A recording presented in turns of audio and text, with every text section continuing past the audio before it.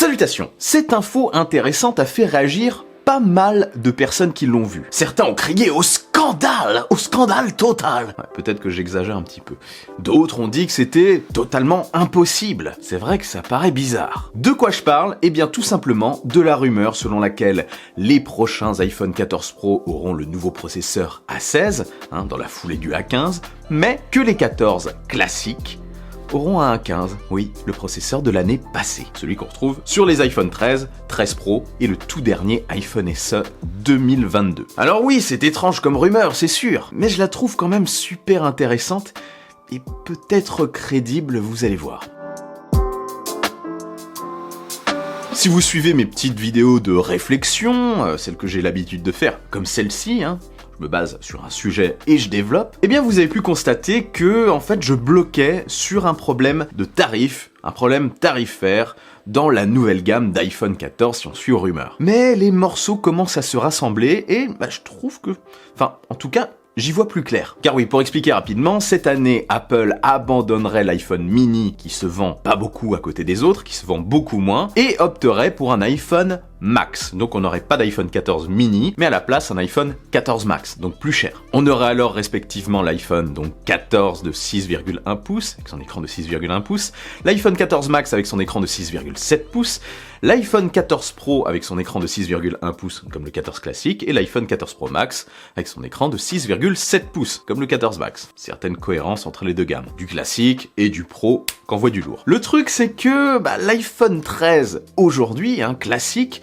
est vendu par Apple à partir de 909 €. Si on suit cette logique, le 14 Max devrait être vendu par Apple à partir de 1009 €, parce qu'il y a souvent 100 € d'écart entre les différentes tailles. Souvent, tout le temps. Ce modèle se rapprocherait donc de la partie des pros, et surtout de l'iPhone 14 Pro, avec ses 1159 € de base. 1009, 1159. Mais ce n'est pas que ça, il passerait surtout la barre symbolique des 1000 € qui jusqu'alors, de base en tout cas, parce que ça monte au-delà, était réservée aux iPhone Pro. Autre souci, la disparition de l'iPhone mini laisse un énorme vide tarifaire dans la gamme, parce que l'iPhone 13 mini est commercialisé par Apple à partir de 809 €. Et le supprimer purement et simplement sur la gamme suivante, pose forcément un problème. Il y a un vide. Alors oui, ce vide peut peut-être être comblé par l'iPhone 13, qui baisserait de prix, mais il ferait trop d'ombre à l'iPhone 14, et Apple n'a pas l'habitude de faire ça. En général, il dégage certains modèles de la gamme, et je pense que le 13 mini restera, lui, au catalogue.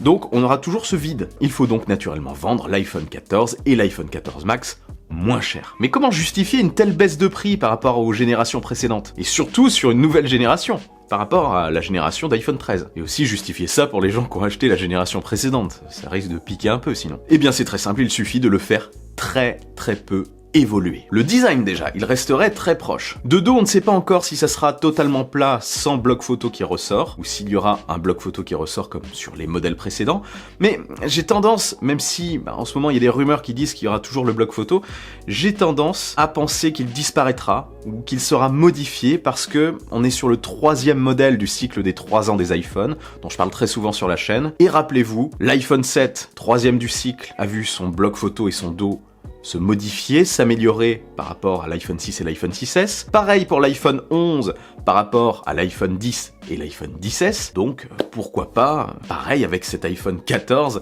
vis-à-vis de l'iPhone 12 et de l'iPhone 13. Après, ça peut être aussi une nouveauté réservée essentiellement aux pros pour justifier cette baisse tarifaire et l'écart entre les deux générations, enfin entre les deux gammes. Le design frontal, en plus, ne bougerait pas sur cet iPhone 14. On aurait toujours une encoche comme celle de l'iPhone 13. Le poinçon pilule serait réservé au modèle Pro. Donc encore une fois, pas de nouveauté de ce côté sur les modèles classiques. Du coup, proposer le processeur qui tourne déjà très bien, le processeur des modèles précédents, ça pourrait se tenir encore une fois. Et en plus, je suis certain qu'en usage, on ne verrait pas du tout la différence. L'OS est totalement optimisé, c'est pas non plus une course à la puissance, tout ce qu'on veut, c'est que ça fonctionne bien et longtemps. Mais sur le papier, ça changerait et ça pourrait justifier la différence de prix, l'écart de prix entre les modèles classiques et les pros, et surtout la baisse de prix du modèle classique, le 14. Mais alors, du coup, autre problème de taille, est-ce que ces iPhone 14 ne vont pas être super décevants? Quelle serait leur nouveauté et comment justifier l'achat d'un iPhone 14 plutôt qu'un iPhone 13, enfin du moins tant qu'il y aura des stocks. Je pense qu'il n'y aura pas beaucoup de nouveautés, mais ce sera plutôt au niveau de la partie photo. Il est possible qu'on ait le 48 mégapixels classique qui est attendu sur les pros, aussi sur les classiques. Donc objectif principal de 48 mégapixels pour apporter une certaine nouveauté, avec des options photo supplémentaires, de nuit, etc. Et au moins peut-être l'arrivée de l'écran 120 Hz qu'on avait jusqu'à présent sur l'iPhone 13 Pro et le 13 Pro Max. Voilà, et c'est tout.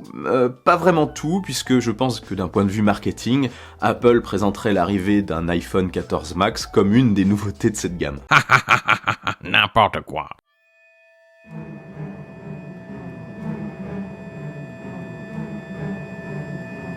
Éliminez-le. Donc oui, ça ferait peu sur un an, mais ça pourrait justifier la baisse de prix du premier modèle, peut-être de 50 ou 200 euros. Je pense qu'ils vont partir sur du 859 euros pour l'iPhone 14 et 959 euros de base, 128 Go pour les deux, pour l'iPhone 14 Max. Ce qui pourrait aussi faire un petit écart entre l'iPhone 13 de l'année dernière et l'iPhone 14 Max, qui serait quand même un petit peu plus cher, au moment de sa commercialisation, je veux dire. Mais pour ceux qui doutent encore, là, sachez qu'Apple a déjà fait le coup. Ça ne serait pas une première. Ils ont déjà fait ça avec l'iPhone 5C, qui était sorti neuf, avec le processeur de l'iPhone 5 de l'année passée, aux côtés de l'iPhone 5S. Alors cette stratégie pourrait peut-être refaire surface cette année.